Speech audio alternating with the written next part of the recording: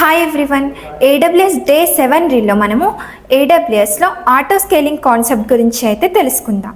ఈ auto scaling concept use చేస్తే మనకి ఎలాస్టిక్ లోడ్ బ్యాలెన్సర్ సర్వీస్ అయితే వస్తుంది. ఓకేనా? మీకు ఒక సింపుల్ ఎగ్జాంపుల్ చెప్తాను. ఒక వెబ్సైట్ ఉంది అనుకుందాం. సో ఆ వెబ్సైట్ని నేను ఒక EC2 ఇన్స్టెన్స్కి హోస్ట్ చేశాను.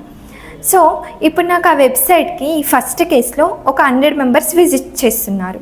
ఓకేనా? సో ఈ కేసులో నాకు ఇన్స్టెన్స్ యొక్క కెపాసిటీ వచ్చేసి 4 GB అండ్ 2 కోర్.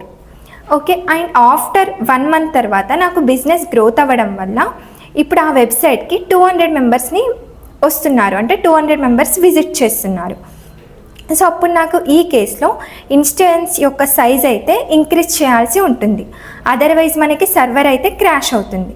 సో ఈ ఆటో స్కేలింగ్ కాన్సెప్ట్ ద్వారా మనము ఇన్స్టెన్స్ యొక్క సైజ్ని, ఇన్స్టెన్స్ యొక్క కెపాసిటీని ఇంక్రీజ్ అండ్ డిక్రీజ్ అయితే చేయొచ్చు బేస్డ్ ఆన్ యూజర్ని బేస్ చేసుకొని. సో చూసారు కదా ఆటో స్కేలింగ్ కాన్సెప్ట్ గురించి. ఇంకా మీకు AWSలో మోర్ ఇన్ఫర్మేషన్ కావాలి అనుకుంటే కామెంట్ సెక్షన్లో పైథాన్ లైఫ్ అని టైప్ చేయండి, నేను మీకు ఫ్రీ ఇన్ఫర్మేషన్ని అయితే ప్రొవైడ్ చేస్తాను.